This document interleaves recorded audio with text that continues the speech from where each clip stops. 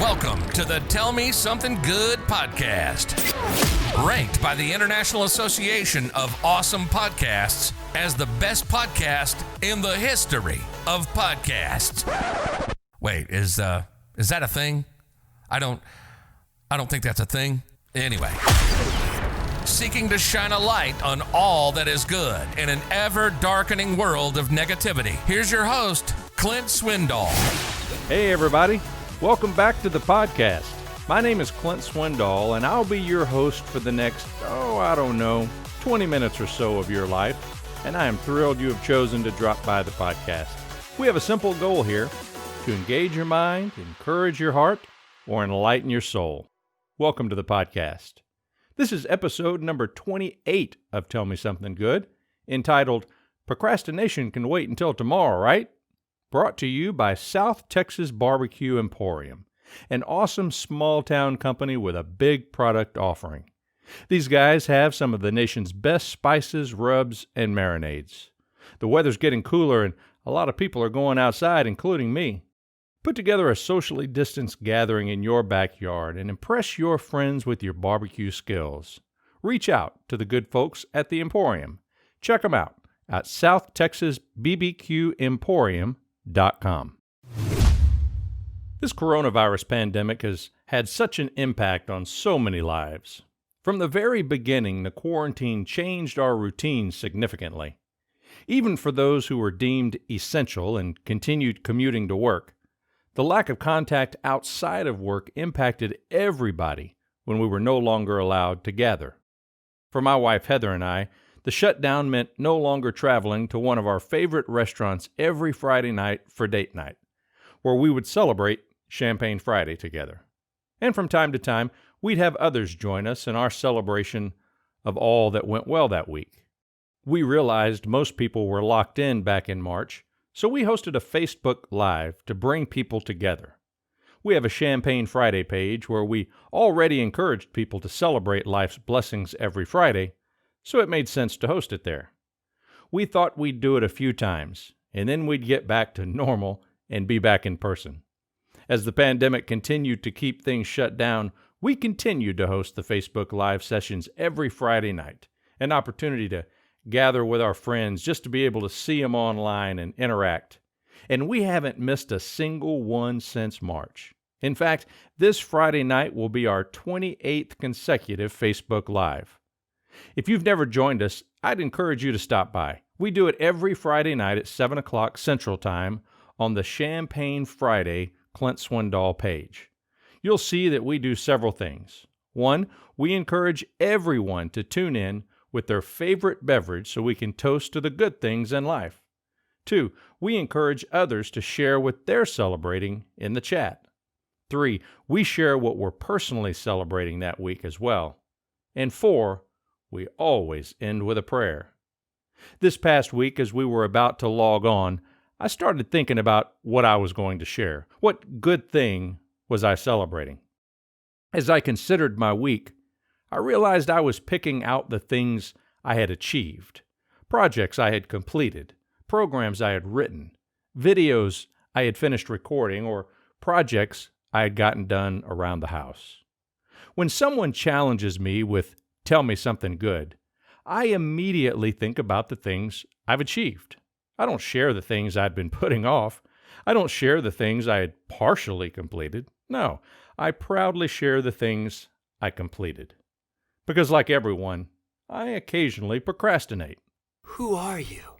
I know. It's shocking. Although I'm a get-it-done kind of guy, there are plenty of times I procrastinate. As I was preparing this podcast, I was thinking about what causes me to put stuff off. Often we think it's because we don't want to do something, and that is certainly the case sometimes. I need to organize my garage right now in a really big way, and I've needed to do it for some time. I've convinced myself it's not done because I have so many other things to do, which is true. The reality is it's not done because I really don't want to do it. You see, I'm procrastinating. Sadly, I also think we procrastinate when we're afraid of failure. It has nothing to do with the task being something we don't want to do. It has to do with the fact we've convinced ourselves we might not be successful. If I write this book, what if no one buys it? If I get a degree, what if no one hires me? If I start a business, what if no one buys from me? This self-doubt causes us to put off those things that could bring us success and happiness. This podcast is a great example of procrastination. I wanted to do one for years, and I used the busyness of travel and running my company as an excuse for not getting it done. While I indeed was busy and would have had to struggle to find the time to get it done, I could have made it happen. The reality is I was stepping into the unknown. I'm not a technical guy, so I didn't want to waste my time trying to figure out how to produce a show. And what if I couldn't figure it out? And there's so many good podcasts out there. What if I spend all this time and effort and money only to find out that no one wants to listen?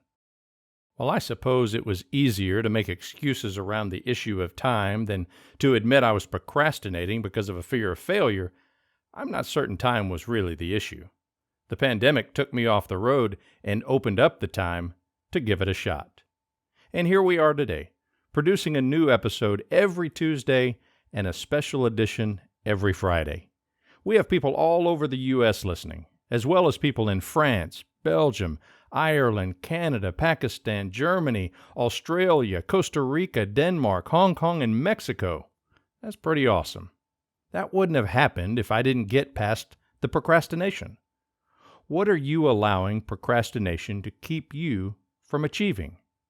While I still struggle with putting things off every day, I've done some things in my life that have helped me get moving, and I wanted to share some of those things with you in hopes they can help get you moving. Here's what I've got. 4 things. Number 1, figure out your why. Why do you want to do whatever it is you're putting off? Maybe your why just isn't strong enough. As I said, I've wanted to do a podcast for a long time. I wanted to help people overcome the negativity in their life and get focused on the good stuff. That was my why. I already do that on a stage, either in person or virtually. And I wanted to reach a broader audience, perhaps one that was just knocking around the podcast world trying to find something positive. Although I was using the excuse of a full calendar as the reason for not getting it done, my why was strong, which is why I made the investment of time when it was available. If my why for doing a podcast was to increase visibility, I would have never done it because there are so many other ways to increase visibility. So check your why. If you're going to move beyond procrastination on something you've been wanting to get done, determine if your why is strong enough. Which leads me to number 2. Do it or eliminate it. When we continue to procrastinate with things we say we want to get done, we feel overwhelmed. Look, we can't do it all, no matter how much we think we want to do it all. While building those shelves in the pantry would be nice to help you organize all your stuff, if you have too many other things to do that actually matter in your life, that are filling your time, then constantly reminding yourself about the shelving project that you'll probably never get around to is just adding stress to your life. Either convince yourself that the why is important enough for you and get it done, pay somebody to build the pantry shelves, or take it off your plate so it doesn't continue to drag you down because you feel unproductive. Number 3, throw out your to-do list. This may sound like a crazy idea to some. Throw out my to-do list? If it weren't on my to-do list, I would never even remember to get started. Here's what I mean. Years ago, I noticed how much time I would spend moving tasks from my to-do list to the next day because my calendar got filled and there was never any time to get to my to-do list. It was at that point I eliminated my to-do list and put everything on my calendar. In other words, Organize the garage was no longer on my list of things to do. Organize the garage was now an appointment on my calendar from 9 to 12 on Saturday. You see, my daily life is run by my calendar, not my to-do list. When someone says, "Hey, Clint, can you meet this Saturday morning to talk about this upcoming project?" I respond with, "Let me check my schedule," not "let me check my to-do list." If I choose to organize the garage from Saturday morning in order to accommodate the request from someone to meet, I now have to move that appointment to another 3-hour block on my calendar, not just shift it as a to-do item to the next day. My experience is this: I have a greater likelihood of doing things on my calendar than checking things off a to-do list. My procrastination has reduced significantly with this one simple change in the way I manage my time. And 4, stop trying to be perfect. While some people produce mediocre work all the time and are completely comfortable with it, others never get anything done because they feel it needs to be perfect. To them, it is perfect or they failed. I have to admit, I might be referring to myself with this one. Much of what this pandemic is forcing us to produce in our business, like online coaching programs and virtual training programs, virtual keynote presentations, we could have been doing long before the pandemic. However, since that wasn't my strength, I always thought it wouldn't be good enough. It would never be perfect, and it would need to be perfect. Those of us with the tendency to seek perfection tend to put things off until they're just right.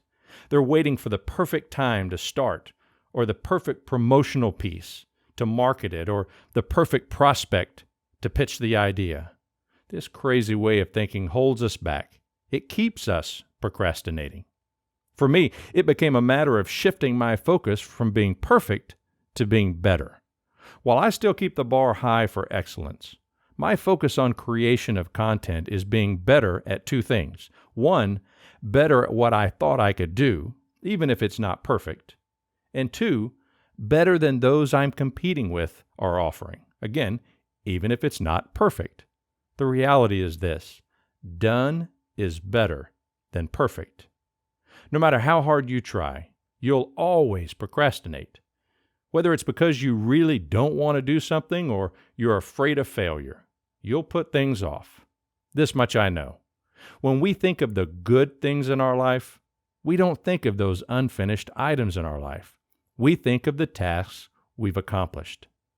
You want to have more good stuff to share when someone challenges you with "tell me something good"? Get more meaningful things done by avoiding the crippling effects of procrastination. You're listening to Tell Me Something Good with Clint Swindall. We are thankful for everyone who has pre-ordered the new Tell Me Something Good book. This little book was made possible by 13 Stories Publishing. They're a small, independent publishing company, and we encourage you to support them by going to 13 Stories Publishing for all of your book needs. They have a wide selection of books from many genres. Check them out at 13storiespublishing.com. If you turned on the news this week, you probably heard the suspense of plenty of bad stuff.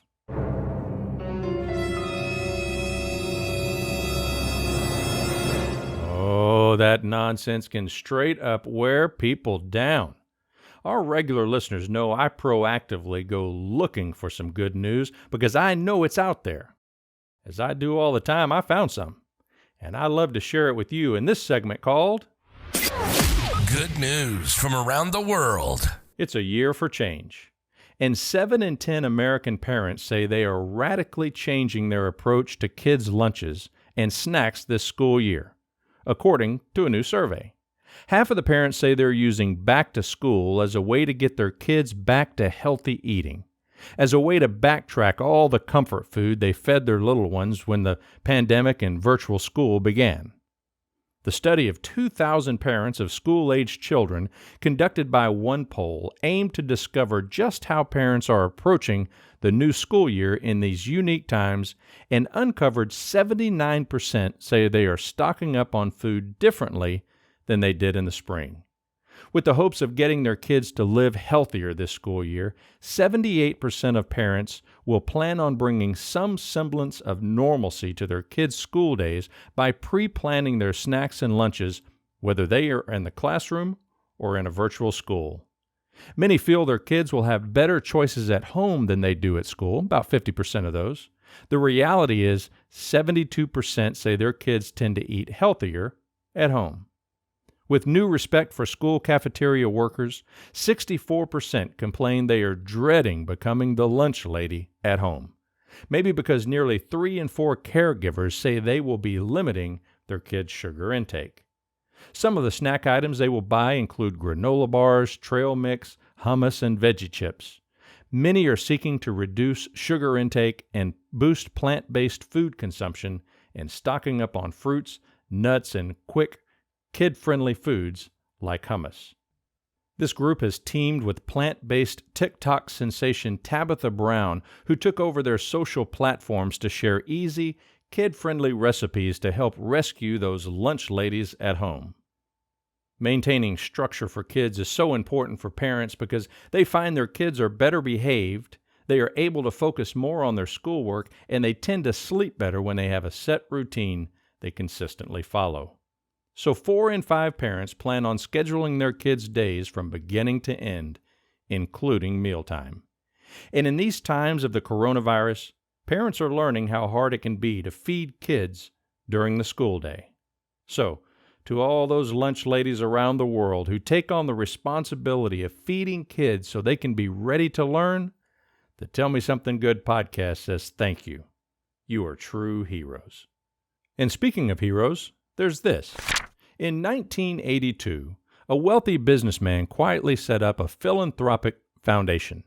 His goal was to secretly give away his entire fortune.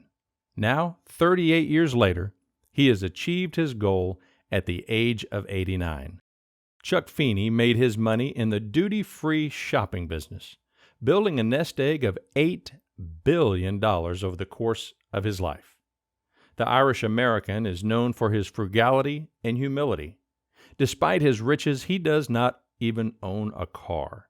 He rents a small apartment, he flies economy class, and he only owns 1 pair of shoes. The co-founder of the Duty-Free Shoppers Group managed to keep his charitable activities hidden from the public for 15 years, until his identity was revealed to the public in 1997 when he sold his shares in the company. He continued to keep a low profile until 2005, when the opportunity came along to do some good with the publicity. The New Jersey-born businessman decided to cooperate in journalist Connor O'Cleary's writing of his biography, with an eye toward promoting giving while living to other wealthy people. In 2007, the book was launched at Trinity College, Dublin. This week, Feeney's foundation, the Atlantic Philanthropies, finally ran out of money. The elderly businessman told The Guardian that he was very happy with completing this on his watch. He urged other super-rich folks not to wait until after they have passed away to experience the joy of giving away their fortunes. In explaining what motivated his generosity, the duty-free shopping mogul said, "Wealth brings responsibility. People must define themselves or feel a responsibility to use some of their assets to improve the lives of their fellow humans, or else create intractable problems for future generations." Feeney has donated $3.7 billion to higher education institutions, including close to $1 billion to Cornell University alone, where he studied for free under the GI Bill after serving in the Air Force during the Korean War. He has also donated $870 million to various human rights groups and $1.9 billion to fund various projects in Northern Ireland and the Republic of Ireland, where he helped found the University of Limerick. In addition to its direct financial impact, the businessman's charitable actions inspired Bill Gates and Warren Buffett to establish the Giving Pledge for the world's richest people. Those who take the pledge commit to giving at least half of their fortune away to charity. Expressing his admiration for what his friend has accomplished in his life, Buffett said that Feeney is my hero and Bill Gates' hero. He should be everybody's hero. Indeed, he should be. And that, my friends, is some good news from around the world. Before I end this episode with a challenge, I want to encourage you to take your social media game to a whole new level by checking out Let's Talk Smack. an app that provides daily nudges to get you increasing your visibility on social media. Look, if you're tired of not knowing what to post on social media as you promote your small business, or you just want to have a more engaging presence personally on social media, you need a plan. And the Let's Talk Smack app can help you create your plan. Check it out wherever you get your apps. And now the challenge. Before you come back for the next episode, I challenge you to consider that thing you've been wanting to do or needing to do that will bring you more joy. That thing you know will make you more successful, make you happier, or simply bring you peace. That thing procrastination has kept you from completing. I want you to identify it and consider how you can get it done by the 4 things I suggested in this podcast. Before you come back, commit to have started doing something to get you going. Well, that's all I got. I'll jump back in here with a special episode of Champagne Friday this Friday morning. Come join us for a quick reminder of our need to celebrate the good stuff. Then join us at 7 p.m. Central Time on the Champagne Friday Clint Swindall page for a Facebook Live. We'd love to have you join us. Then commit to joining me next Tuesday for the 29th episode of the Tell Me Something Good podcast. Also, I'd love to answer any questions you have.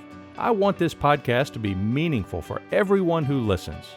So if there is a topic you'd like me to cover, jump over to findthegoodinlife.com. You'll find a button right there on the front page to send your question. And while you're there, click on the green products button and go get you some Tell Me Something Good merch and start spreading some good to the world. Don't forget to include the promo code TMSG2020 for a 10% discount. Thanks for listening. Until next week, I'll be praying for God to bless you in mighty ways. Now, get out there and love on somebody. You've been listening to the Tell Me Something Good podcast. The content of the podcast is meant to engage, encourage, and enlighten you to become more positive. It's not meant to diagnose, treat, or replace the personalized care provided by a trained professional. If you're struggling with depression or mental health issues, please reach out to a counselor for diagnosis and treatment. Until next time, be positive, people.